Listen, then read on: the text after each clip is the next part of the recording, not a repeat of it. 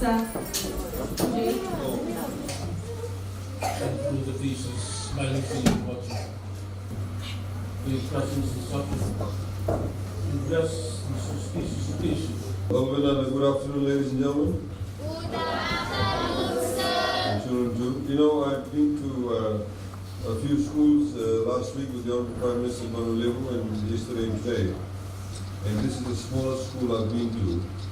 But this school sang the anthem the loudest. And it's a huge achievement. So thank you very much. Let's put our hands together for the So thank you for that. I like that enthusiasm of your students. Ladies and gentlemen, as the head teacher highlighted that this buildings was completely destroyed in Cyclone Winston. The new buildings that you see that have been put up actually have been built to such a standard, given the fact that you are on the side of a hill.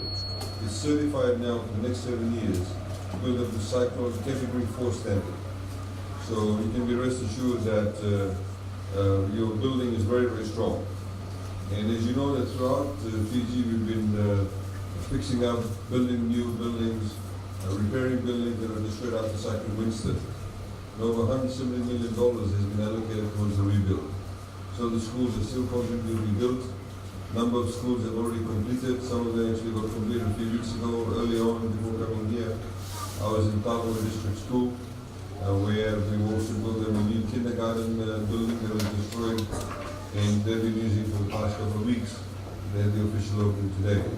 So we are glad, of course, that we've been able to complete this building, and it's built to a very high standard.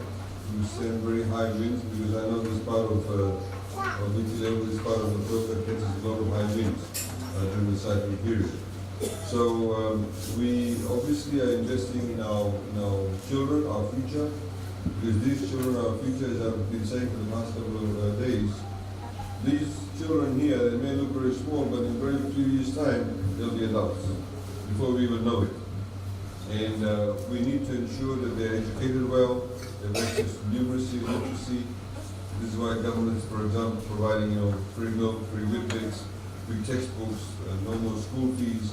So we get all our young children, all our students educated. Because once we do that, then we're giving them an opportunity to have a better life as adults. And I'm sure many adults who are here, in the days when they did not have free education, I'm sure they would have gone on to better and bigger studies if they had access to free education then, including going to university. So I don't want to make a long speech.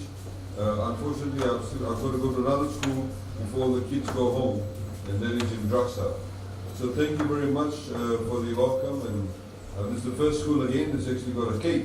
So I look forward to cutting the cake. There's a lot of firsts in the school.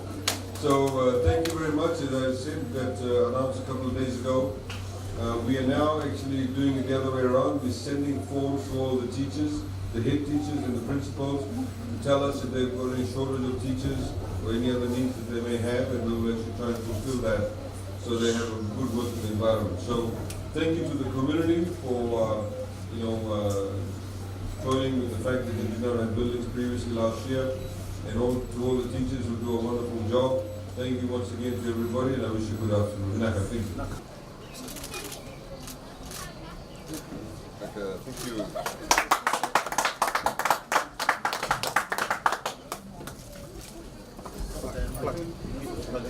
Oh, this one? Oh, sorry.